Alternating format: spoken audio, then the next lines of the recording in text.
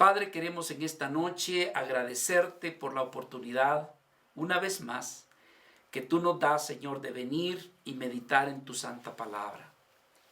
Pedimos tu ayuda y, Señor, pedimos que el Espíritu Santo pueda estar con nosotros, pueda llenar nuestros corazones, a fin, Señor, de poder dar tu palabra en el Espíritu y poderla recibir de la misma manera.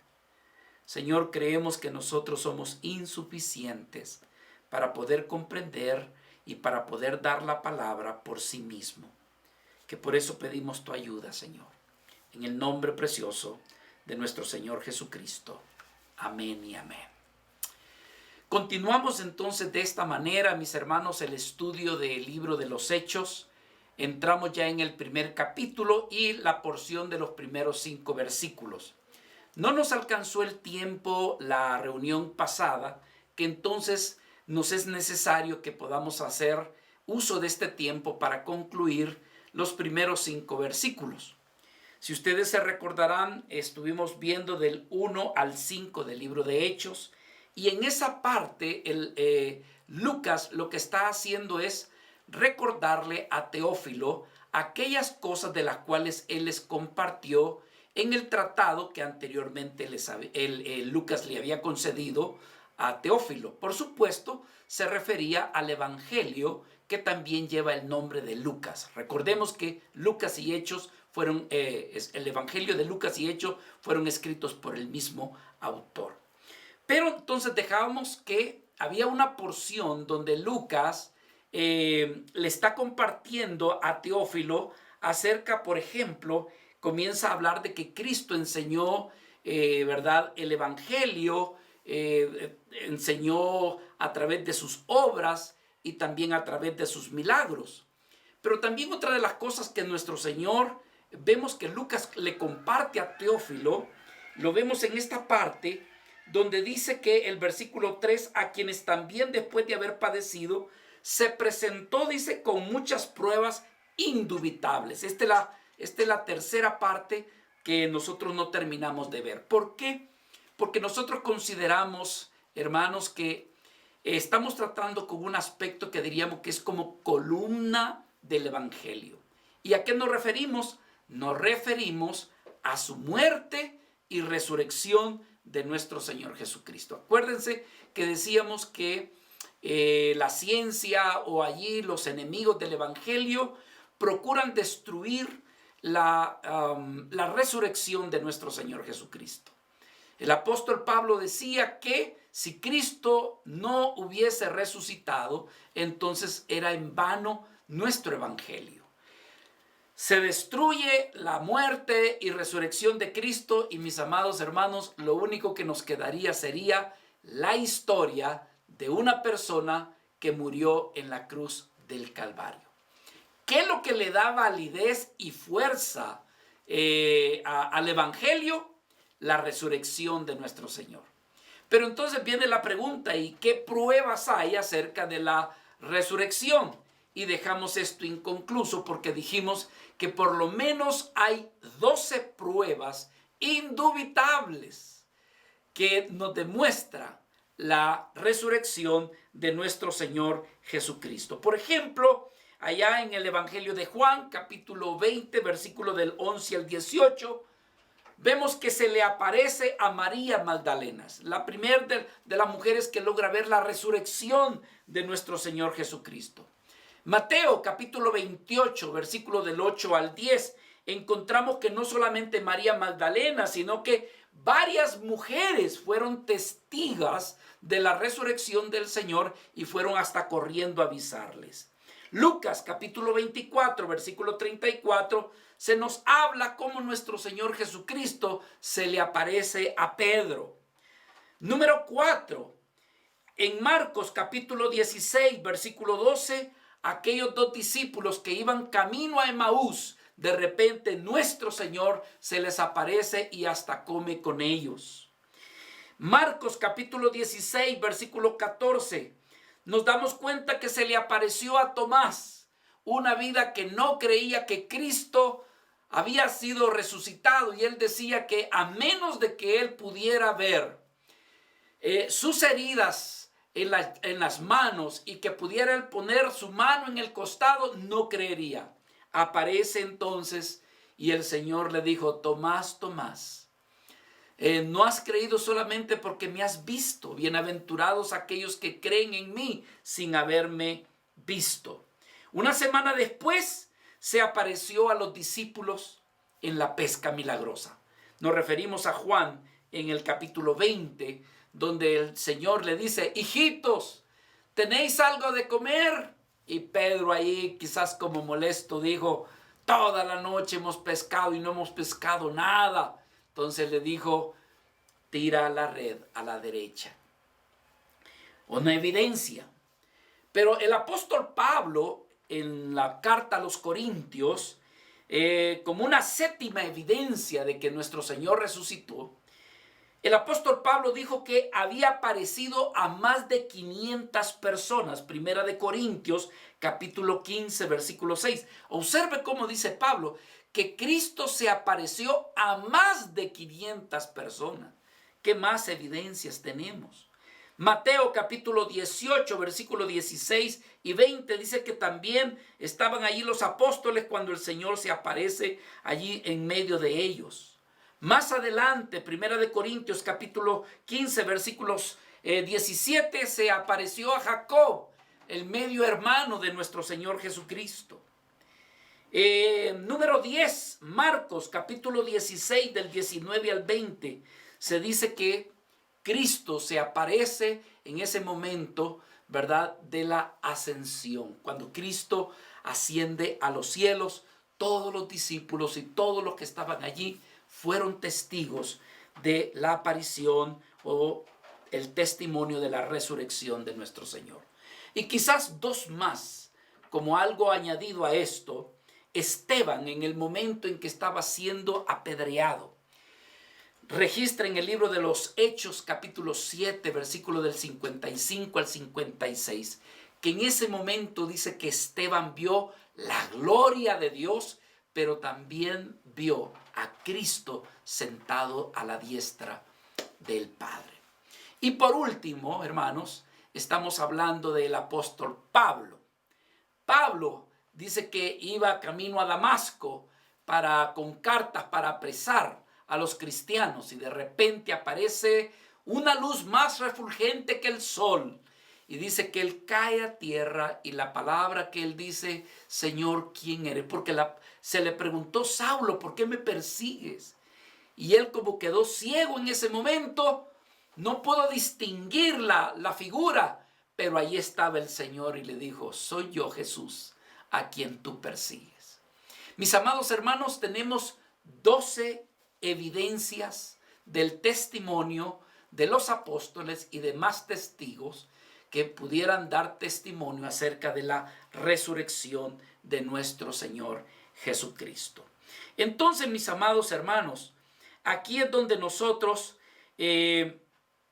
decimos: esto es lo que le da fuerza a nuestra fe, la resurrección de nuestro Señor Jesucristo. Pero ahora queremos continuar con el estudio y queremos ver los últimos dos versículos, versículo 4 y 5.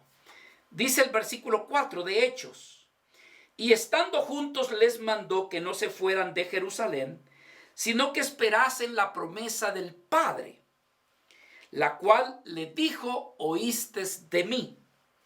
Porque Juan ciertamente bautizó con agua, mas vosotros seréis bautizados con el Espíritu Santo dentro de no muchos días. Yo quisiera considerar algo que estamos pasando por alto en nuestro estudio, mis hermanos. Y es que en el versículo 3, Lucas distingue que Cristo, cuando resucitó, él continuó predicando. Y lo interesante es que el tema de predicación de nuestro Señor Jesucristo ahora se centraliza en algo que él comenzó a predicar cuando él inició su ministerio. Y nos referimos que el mensaje que él estaba dando justamente antes de ascender a los cielos era el mensaje del reino de Dios. Quiero, ¿verdad?, tomar un poquito atrás y ver esta porción final del versículo 3.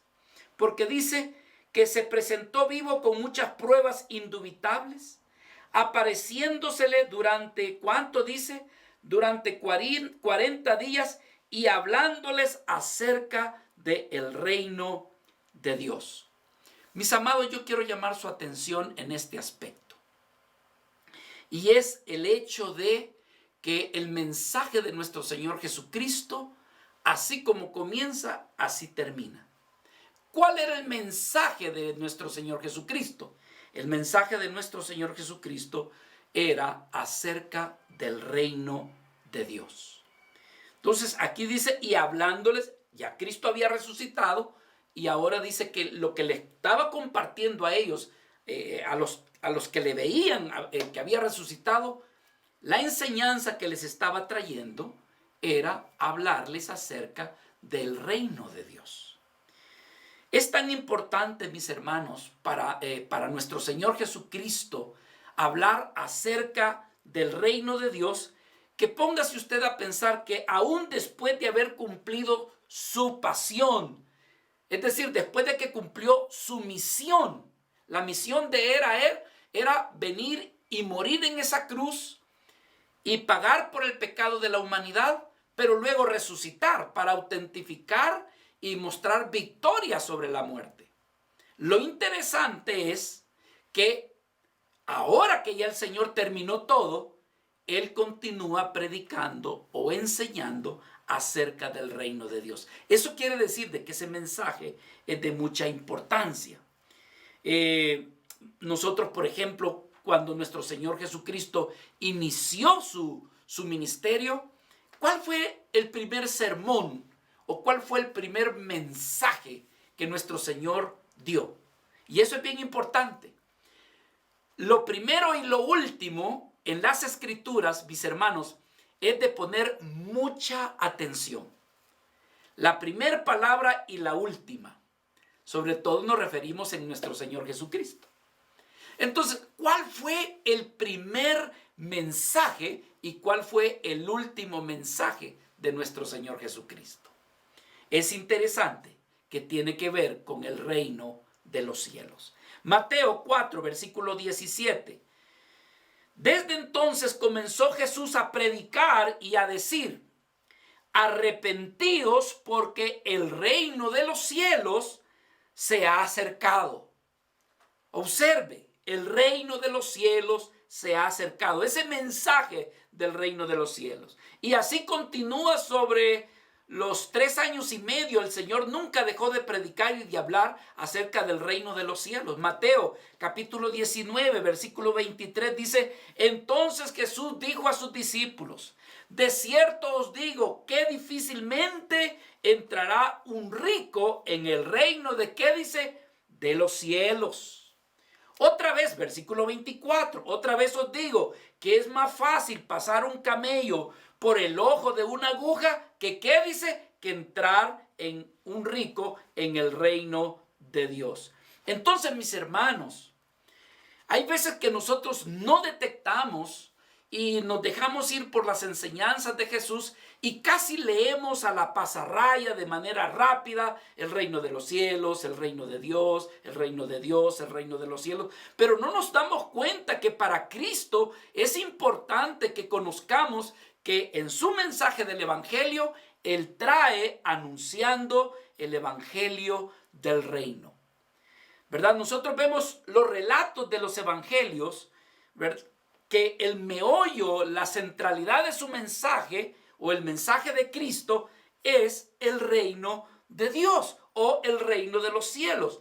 Y lamentablemente, escuchen bien, mis amados hermanos, este mensaje del reino de Dios y del reino de los cielos casi en la iglesia no se predica. Casi en la iglesia no se enseña.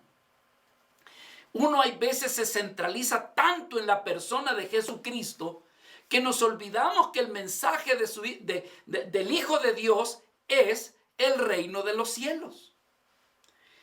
Entonces nosotros debiéramos de pedirle al Señor de que no pasemos por alto, porque tiene su importancia, tiene su relevancia. Un día, si el Señor nos lo permite, cuando estudiemos el Evangelio de Mateo, nos vamos a dar cuenta cuánto valor tiene el mensaje del reino de Dios. Así que Cristo señaló este mensaje, un mensaje que nosotros diríamos es un mensaje fundamental, ¿verdad? Que la iglesia debiera de conocer. Tan es así que diríamos en el mensaje de, ¿cómo se le llama? El Sermón del Monte. Nuestro Señor Jesucristo metió o fue implícito que la conducta de aquellos que son hijos de Dios es la conducta que deben de tener los hijos del reino de Dios. Y algo más interesante, en Mateo capítulo 6, versículo 33, nuestro Señor allí en el Sermón del Monte nos pone como prioridad, y no es que estemos quitando a nuestro Señor Jesucristo como alguien prioritario, pero ¿qué dice Mateo 6:33? ¿Qué dice, hermanos? Dice, más buscad el qué. Más buscad primeramente. Fíjese lo que está diciendo. Está diciendo que busquemos el reino de Dios. Y nos está diciendo que sea lo primero en nuestras vidas. Buscar el reino de Dios y su justicia. Y luego dice el Señor que todas las demás son cosas que van a venir por añadidura. Así que Cristo, cuando vino a predicar el evangelio, en realidad, hermanos, Él no estaba omitiendo ni le estaba dando menos valor al reino de los cielos. La palabra evangelio, usted sabe que significa buena noticia, buenas nuevas. Y entonces muchas veces nosotros decimos, bueno, ese es el mensaje central. Sí, no lo vamos a omitir, hermanos, que el evangelio es el mensaje esencial y vital que Dios nos manda a través de su Hijo Jesucristo. Pero no podemos hacer a un lado el mensaje del reino de Dios o el reino de los cielos. En Marcos capítulo 1 versículo 14 dice, después que Juan fue encarcelado, ¿qué hizo el Señor? Dice que Jesús vino a Galilea predicando el qué. Predicando, fíjese, la combinación, predicando el evangelio del reino de Dios. ¿Se da cuenta? Lo pone al mismo nivel, el evangelio del reino de Dios. Entonces aquí diríamos que es una declaración clara, es una declaración importante que nosotros como la iglesia o como los que estamos estudiando la palabra, hermano, tomémoslo muy en cuenta. Porque el Señor, quiero decirles que una de las cosas que el pueblo de Israel se preguntaba, si Él habría de establecer el reino de Dios en el tiempo antes de que Él se fuera. Sabemos que el reino de Dios será establecido. Y de manera, como dijéramos, perfecta, evidentemente será cuando nuestro Señor Jesucristo venga por segunda vez. No obstante, nuestro Señor está deseoso de que el reino de los cielos se manifieste en nuestras vidas. No que alguien agarre una almohada, se duerme y dice, sí, eso cuando sea el milenio. No, mis hermanos. Dios desea que el reino de los cielos sea ahora. Y el reino de los cielos está entre vosotros, decía también nuestro Señor Jesucristo. Pero es importante que consideremos que dentro del mensaje, bueno, lo que Lucas le está diciendo a Teófilo es que nuestro Señor, aún antes de irse, su mensaje era acerca del reino de Dios. Mateo 9:35 se dice que Jesús recorría todas las ciudades y todas las aldeas, enseñando en las sinagogas de ellos, y dice que predicando el evangelio del reino. Mis amados hermanos, yo solamente quise mencionar porque lo menciona el texto, pero quizás esto amerita que más adelante usted y yo quizás profundicemos un poco más sobre el valor y sobre la importancia del reino de Dios. Entonces, ¿qué es el reino de Dios? Bueno, lo que la Biblia declara, hermanos, es que el reino de Dios es un gobierno así como lo va a oír, literal. Un gobierno literal que un día va a ser establecido. ¿Cuándo va a ser establecido? Cuando nuestro Señor venga por segunda vez. Mientras tanto, hermanos, el reino del Señor desea que se manifieste entre nosotros los principios del reino de Dios, como tiene que ver con la justicia, como tiene que ver con la verdad, como tiene que ver, hermanos, con la equidad. Cuando el reino de Dios se manifieste de manera literal, vamos a ver que en la época milenial, vamos a ver por lo menos 4 cosas de las cuales nosotros debiéramos de conocer hoy en día y tomarlas en consideración, que aunque no vemos literal estas 4 cosas, pero existen. Por ejemplo, ¿qué va a haber en el milenio? Va a haber un rey. Aleluya. La pregunta es, ¿y hoy en día usted no tiene un rey, hermano? Por supuesto que lo tenemos. Es nuestro Señor, dice el que es Rey de Reyes y Señor de Señores. Ahora, un reino tiene súbditos, ¿sí o no? Bueno, en el milenio van a haber súbditos, pero hoy en día los que hemos creído en nuestro Señor Jesucristo somos súbditos de ese rey, ¿no es cierto, hermano? Él es nuestro rey, así que somos súbditos, nos debemos a Él. Por eso que le llamamos Señor. Pero algo más que hay en el reino es que también hay leyes. Y nosotros, gracias al Señor, tenemos su palabra, la ley. Y la ley puesta en el Espíritu, en nuestros corazones. Ley también va a haber en aquel entonces en el milenio. Y hay algo más. En aquel entonces va a haber un territorio. Toda la tierra. El Señor va a reinar. En aquel entonces, hermanos, la naturaleza va a ser diferente, los animalitos serán diferentes, la maldad no habrá. Entonces, algunos hermanos creen que ya estamos en el milenio y otros tenemos nuestras reservas y decimos que aún creemos que no lo estamos. Ahora, el territorio pues es todo el mundo. Nosotros debemos de llevar este evangelio, el evangelio del reino hasta el último rincón de la tierra. Entonces decíamos que hay 2 partes. Por un lado, este reino en el cual actualmente estamos, pero que hay imperfección, no por parte de Dios, sino porque el pecado todavía mora en nuestras vidas. Pero cuando Cristo aparezca por segunda vez, hermano, la obra del Señor será tan perfecta que la maldad será quitada, no habrá pecado, y por otro lado se dice que hasta el mismo diablo será atado, este que promueve el pecado. Muy bien, hermanos, hay mucho más que poder decir sobre esto. Pero lo segundo que queremos hablar es, lo encontramos en el versículo 5, 4 y 5, que tiene que ver con la promesa del Espíritu Santo. En el libro de Hechos, capítulo 1, versículos del 4 al 5, dice, y estando juntos les mandó que no se fueran de Jerusalén, sino que esperasen la promesa del Padre, la cual les dijo, oístes de mí. Porque Juan ciertamente bautizó con agua, mas vosotros seréis bautizados con el Espíritu Santo dentro de no muchos días. Bueno, una de las cosas que usted debe de ver aquí es que el ministerio terrenal de Jesús, durante su ministerio que él anduvo predicando, nunca él dejó de proclamar acerca de la promesa que Dios tenía para los creyentes. Y esto tiene que ver con la promesa del Espíritu Santo. Nosotros creemos que Dios y Cristo fue alguien que proclamó al Espíritu Santo como ese agente de poder que si no mora en nosotros, nos vamos a ver incapaces de andar una vida que realmente le agrade a Dios.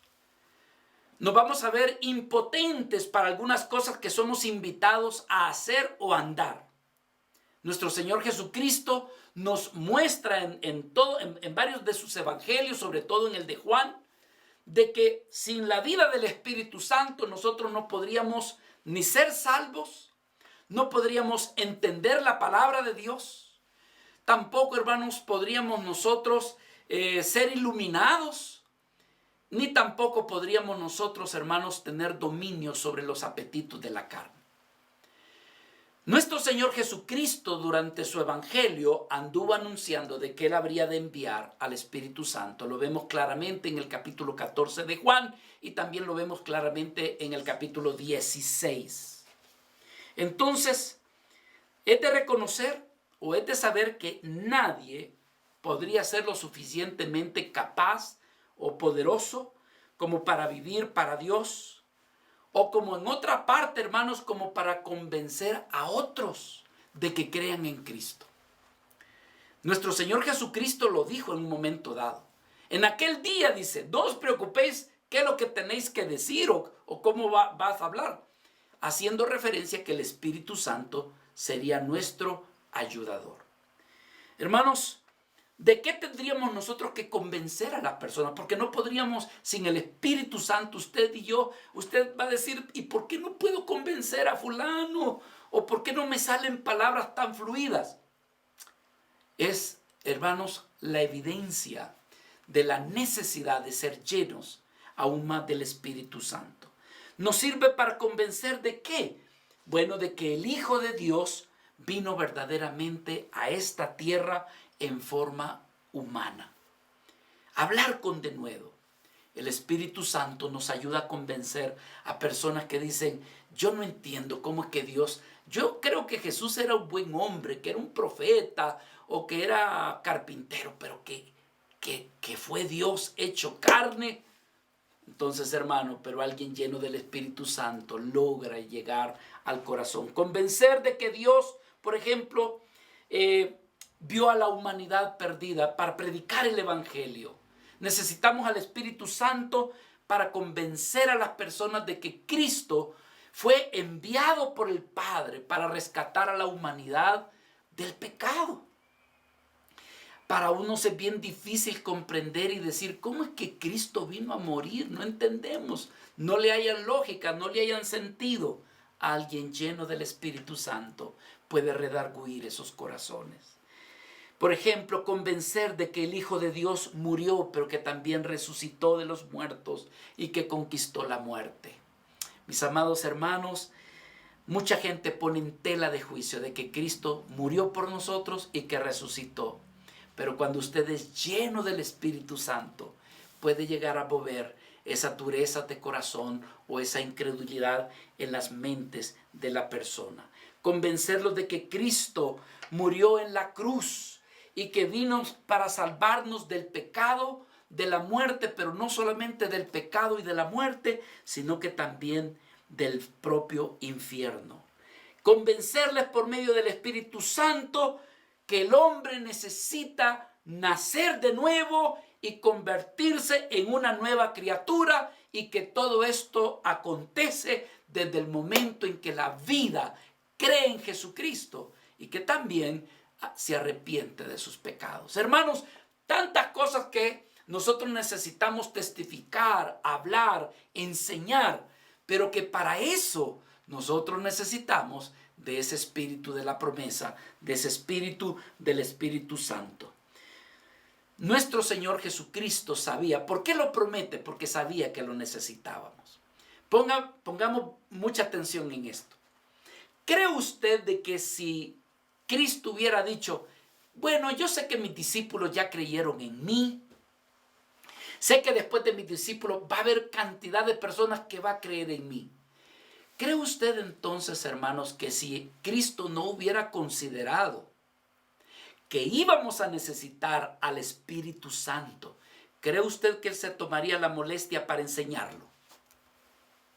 ¿Cree usted que Él se tomaría la molestia para decir, les prometo que se lo voy a enviar?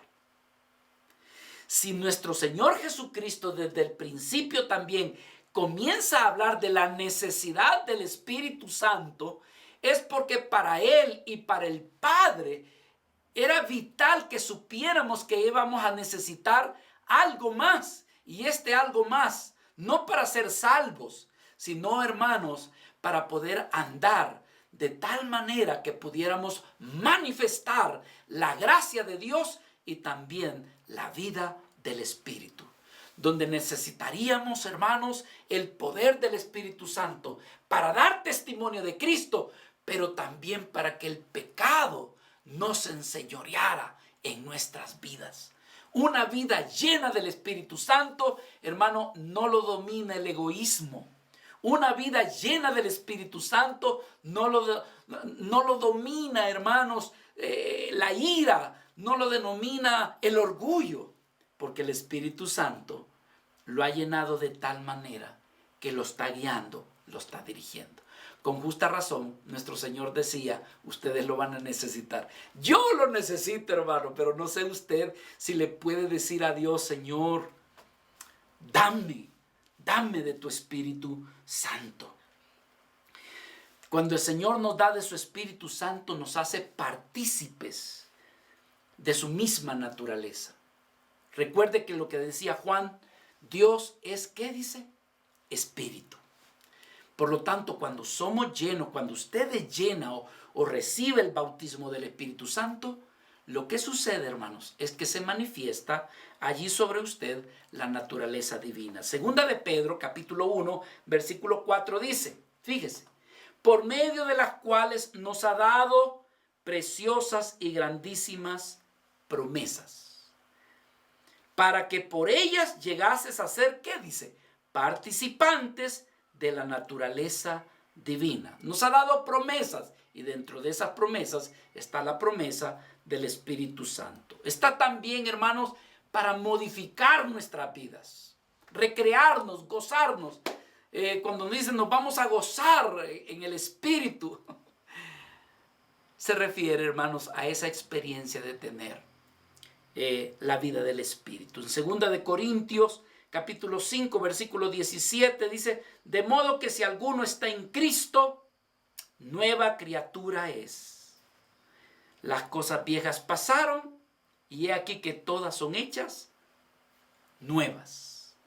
Y el pasaje que veíamos la vez pasada, pero aquí en el libro de Efesios, en el capítulo 4, versículo 23, se nos habla, hermanos, de un renovar nuestras actitudes, pero más bien renovar nuestra mente, renovar nuestro espíritu.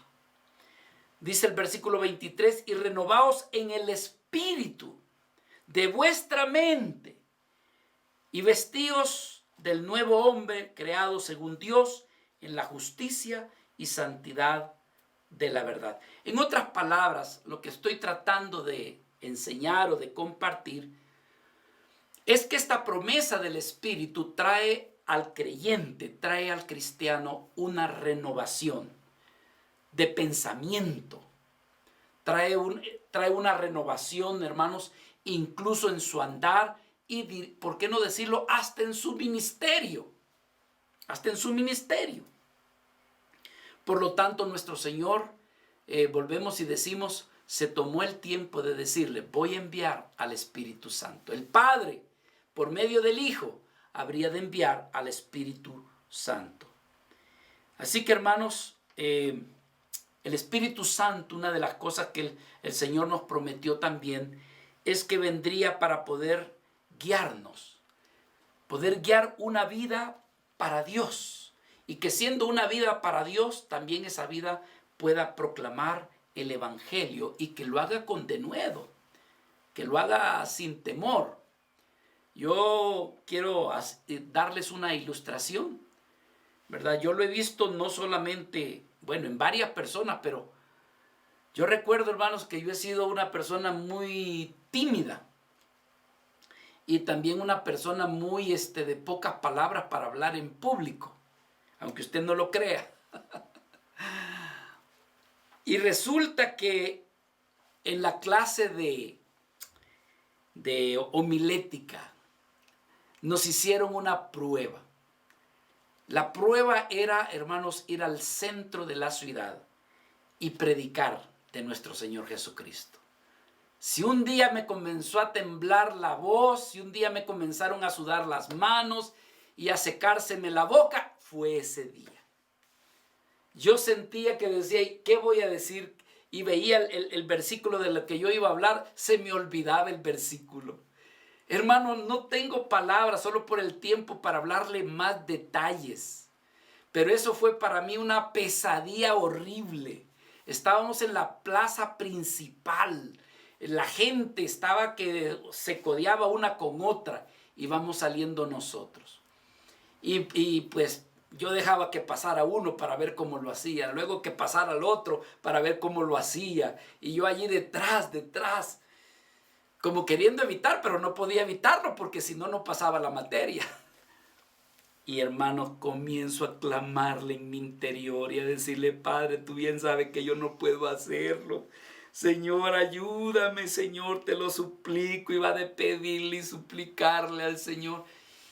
Y de repente dije: Señor, pues en tu nombre aquí voy. Y estaba un señor allí vendiendo medicinas con su megáfono allí. Y le digo: mire, señor, le digo, ¿y usted me puede prestar su megáfono? ¿Y para qué lo quiere? Me dice. Pues fíjese que quiero hablar de Dios, le digo yo. Tome pues, me dice. Lo agarro, hermano. En el momento que lo agarro, allí me agarró el Señor. Yo comencé a experimentar la presencia del Señor, hermanos, y de la llenura del Espíritu Santo.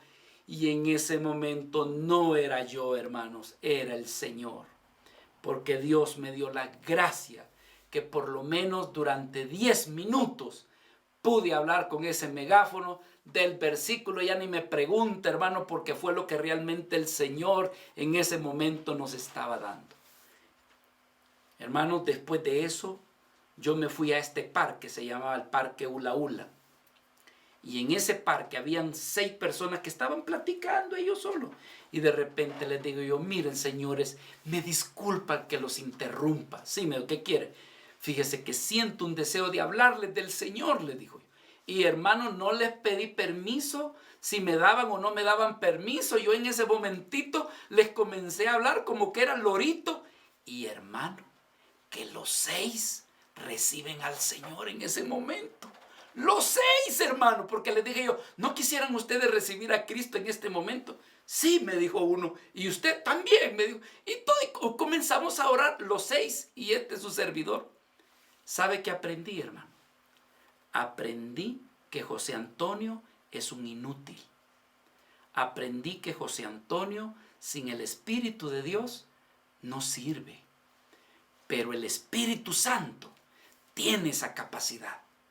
Por eso es que necesitamos de la llenura o del bautismo o del derramamiento del Espíritu Santo.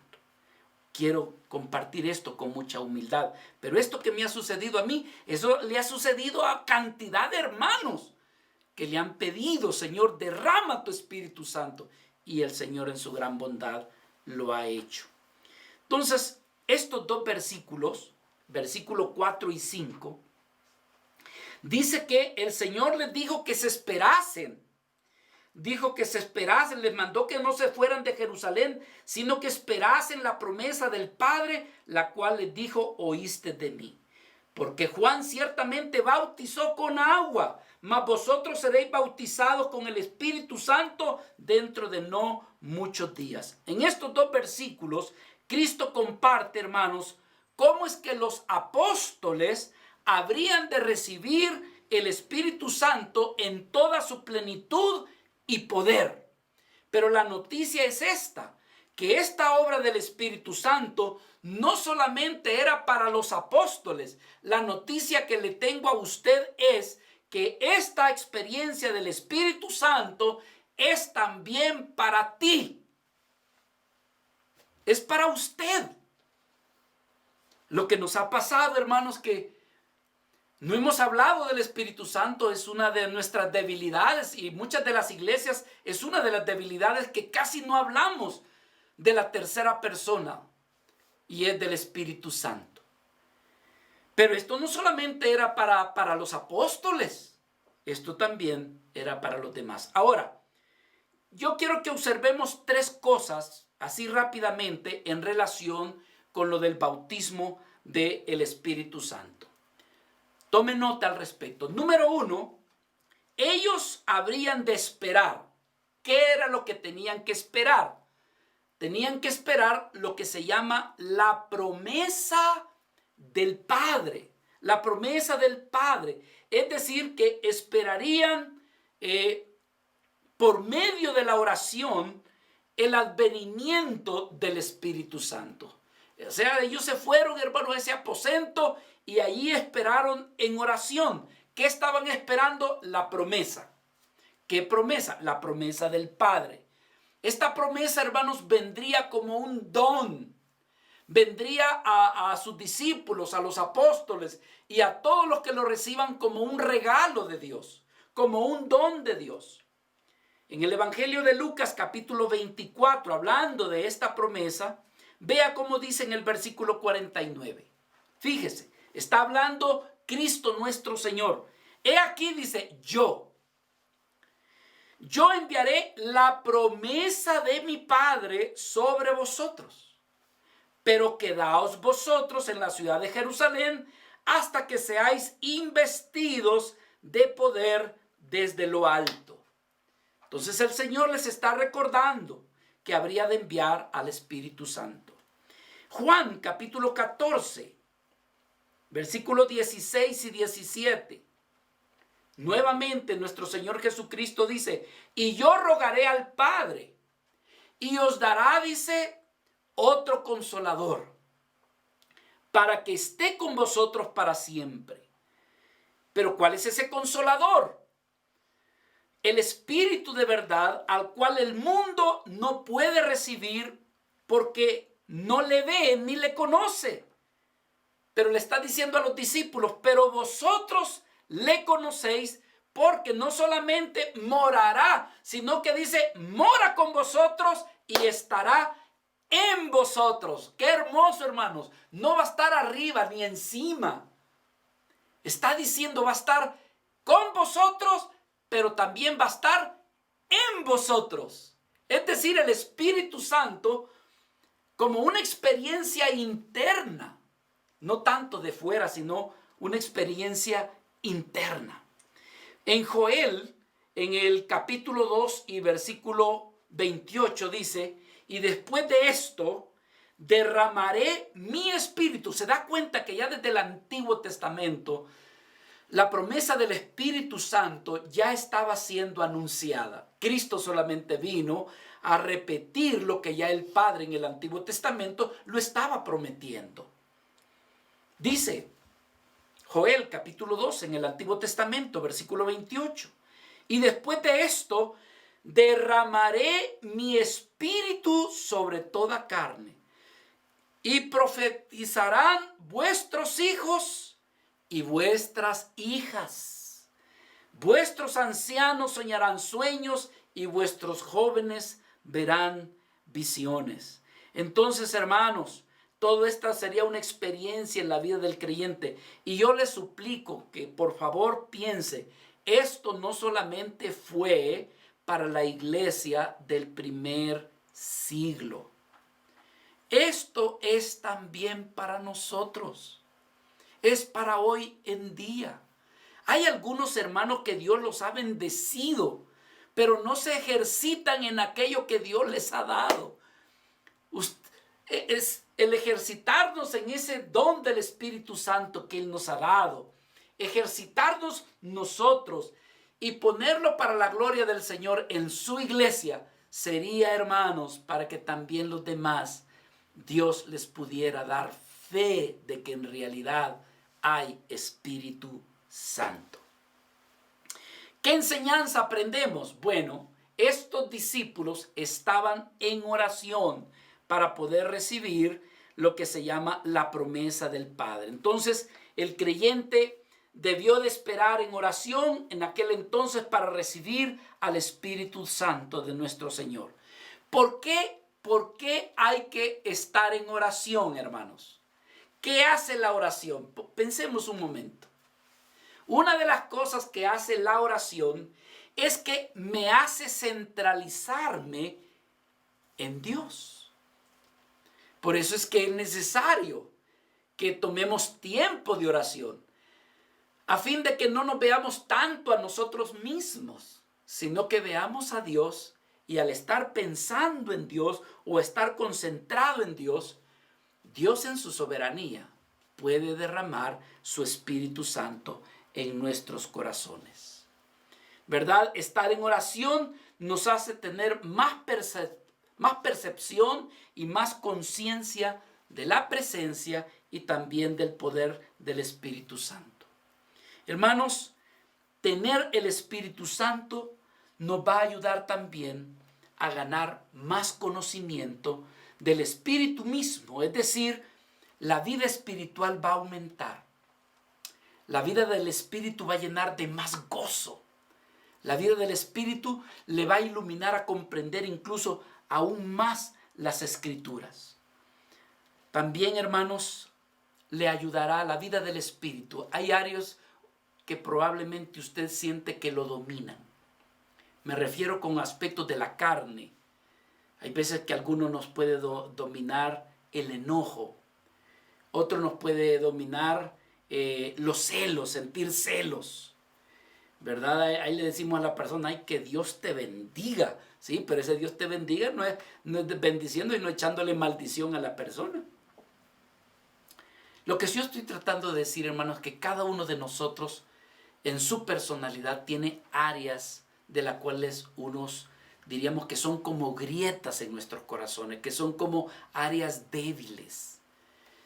Pero yo le garantizo que cuando el Espíritu Santo viene sobre su vida, esas áreas son dominadas por el Espíritu Santo. El Espíritu Santo, hermanos, hace que se puedan crucificar estos aspectos de la carne que hay veces que usted y yo no tenemos control. También, hermanos, podrá manifestar la vida del Espíritu Santo. Las personas van a observar que realmente usted es una vida de Dios. Van a observar que usted es una vida de Dios. Y muchas veces no es tanto por lo que predica, con solamente lo que usted habla o cómo vive también. La gente nota. ¿Pero por qué, hermano? Cuando usted es una vida llena del Espíritu Santo. Pero algo más. Una vida, hermanos, que ha recibido del Espíritu Santo, se le facilita en manifestar los frutos del Espíritu Santo. Los frutos del Espíritu Santo, como es el gozo, el amor, la bondad, la benignidad, la templanza, la mansedumbre. Los frutos del Espíritu Santo se manifiestan. ¿En quién se manifiestan? En una vida que ha sido llena del Espíritu Santo. Entonces, hermanos, aquí en el Evangelio de Lucas, por ejemplo, Dios nos anuncia que podemos pedir al Espíritu Santo. Muchas veces nosotros nos conformamos con solamente leer la Biblia, asistir a la iglesia, portarnos bien y pensamos que eso es toda la vida espiritual. Pero no es así. Diríamos que la vida espiritual hasta es sobrenatural. Y esta manifestación del Espíritu va más allá de lo que nosotros hacemos, pensamos, porque es algo que procede de Dios. Yo sé, mis amados hermanos, que hay personas que dicen que nosotros desde el momento en que creemos en Jesucristo ya recibimos al Espíritu Santo. Por supuesto, nadie podría creer en Cristo si no fuera por el Espíritu Santo. Por supuesto, también nos dice que el Espíritu Santo nos bautizó en el cuerpo de Cristo, pero ese es otro tipo de bautismo.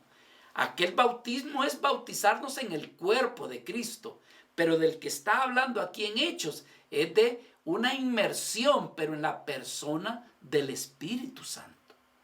Por eso decimos que es una experiencia diferente. Las vidas que son cesacionistas, ¿verdad? Nuestros amados hermanos, ellos creen que esta experiencia del Espíritu Santo solamente fue para aquel tiempo en el libro de los Hechos. Pero los que nosotros somos continuistas, es decir, nosotros creemos que esta experiencia que es todavía para la actualidad. Teólogos que todavía creen que esto es continuista, bueno, algunos ya partieron, como el doctor Martin Lloyd-Jones, ¿verdad? Un hermano que era el pastor principal allá ¿cómo se llama? En Inglaterra, de la iglesia principal. Hasta la reina asistía a escuchar sus homilías, sus sermones. Pero él tiene un libro apartado donde nos habla de Dios el Espíritu Santo. Y en un apartado de ese libro, Martin Lloyd-Jones, que es un pastor reformado, él creía en la experiencia con el Espíritu Santo. Otro teólogo que es reformado y que cree en la manifestación del Espíritu Santo es el hermano Gruden, el doctor Gruden, que por cierto ha escrito su teología, ¿verdad? Que lleva su nombre, la teología de Gruden. Y yo le puedo mencionar otros más. Ahora, si yo le hablara de la línea pentecostal, ahí no tengo nada que decir. Ellos creen inmediatamente que esto es una experiencia. Pero quise mencionar esto porque dentro de denominaciones calvinistas, o que podríamos decir inclusive hasta bautistas, algunos de ellos han creído, como su servidor y algunos más, que esta experiencia es para la actualidad, que no encontramos ningún versículo que nos diga que esto solamente fue para aquel tiempo. Otra persona más que cree en esto, el doctor John Piper, ¿verdad? Bueno, yo me estoy desviando un poco, pero una de las cosas que el apóstol Pablo nos hablaba en el libro de Efesios, bueno, yo les decía cómo nuestro Señor, nuestro Padre Celestial, promete el Espíritu Santo a quienes se lo pidan. Así que mis hermanos, los que están oyendo esta enseñanza, si tú tienes fe de que puedes recibir una experiencia aún mayor de la que tienes de Dios por medio del Espíritu Santo, cree en esta promesa y Dios la habrá de conceder. ¿Por qué lo decimos? Mira lo que dice Lucas capítulo 11. En ese pasaje creo que está a la altura del versículo 11 donde dice, si tu hijo te pide un pan, tú no le vas a dar una piedra. Si tu hijo te pide un pez, tú no le vas a dar una serpiente. Entonces en el versículo 13 dice, pues si vosotros siendo malos sabéis dar buenas dádivas a vuestros hijos, cuánto más vuestro Padre Celestial no les dará el Espíritu Santo a quienes se lo pidan. Entonces, mis hermanos, por eso es que Pablo decía, no os embriaguéis con vino, más bien sed llenos del Espíritu Santo. Lo segundo, rápidamente, que observamos al ver este pasaje, es que los cristianos, los creyentes en Cristo, tienen y deben de escuchar acerca del Espíritu Santo. Bien decía el apóstol Pablo, la fe viene por el oír y el oír la palabra del Señor.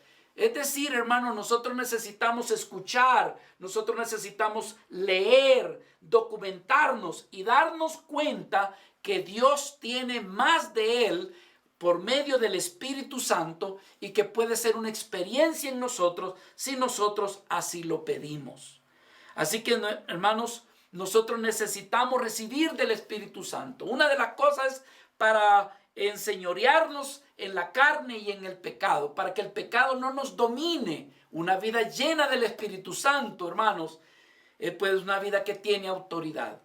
Pero lo tercero que observamos es que los creyentes que fueron bautizados y que serían bautizados con el Espíritu Santo, algo que nosotros debemos de observar es que este bautismo no es el mismo bautismo que Juan utilizó allá cuando vemos que él estaba bautizando en el río Jordán. Este es otro tipo de bautismo. Este bautismo, hermano, es el que Jesucristo trajo para la inmersión del creyente en la vida del Espíritu Santo. Jesús dijo, Juan el Bautista dijo, Mateo capítulo 3, versículo 11, yo a la verdad, dice, os bautizo en agua para arrepentimiento, pero el que viene tras mí, cuyo calzado yo no soy digno de llevar, él es más poderoso que yo. Y fíjese lo que dice, él os bautizará en Espíritu Santo y fuego. Es decir, que el bautismo del cual estaba hablando nuestro Señor Jesucristo tiene que ver con el Espíritu Santo. Y vuelvo y repito, hermanos, este no se refiere a aquel bautismo que vemos en Efesios, donde dice que el Espíritu Santo nos bautizó en Cristo. Esa es otra cosa. Ese es un bautismo donde nos identifica y nos une al cuerpo de Cristo. Pero este bautismo del Espíritu Santo, que habremos de ver más adelante en el libro de Hechos capítulo 2, es una experiencia con el Espíritu Santo. Y entonces, hermanos, para algunos puede ser pronto, para otros más tarde. Todo depende del grado de fe que hay en el corazón y también el anhelo de vivir una mejor vida para el Señor. Es decir, no estamos hablando de salvación, estamos hablando de la manifestación de la vida del Espíritu en el creyente. Mis amados hermanos, damos gracias a Dios porque el libro de los Hechos confirma tal verdad. Que Dios nos dé fe. Hay algunos de los que estamos viendo este estudio que estoy seguro que ya tuvieron esta experiencia. Pero de ahí en adelante lo que queda es ser llenos del Espíritu Santo. Pero esa experiencia, hermanos, usted la puede volvérsela a pedir al Señor. De tal manera que usted puede experimentar esos ríos de agua de vida. Que el Señor nos bendiga y que el Señor nos ayude.